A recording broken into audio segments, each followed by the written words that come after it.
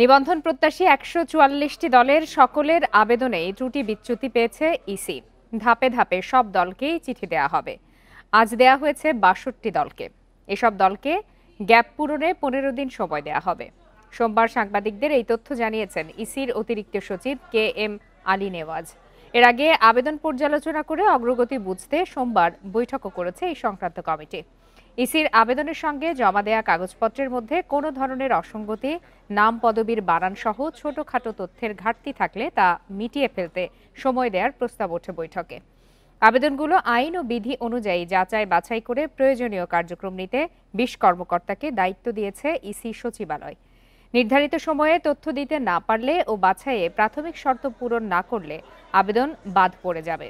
পরের ধাপে যাচাই বাছাই শেষে টিকে থাকা দলগুলো নিবন্ধন শর্ত পূরণ করছে কিনা তা যাচাই করতে মাঠ পর্যায়ের প্রতিবেদন নেবে কমিশন।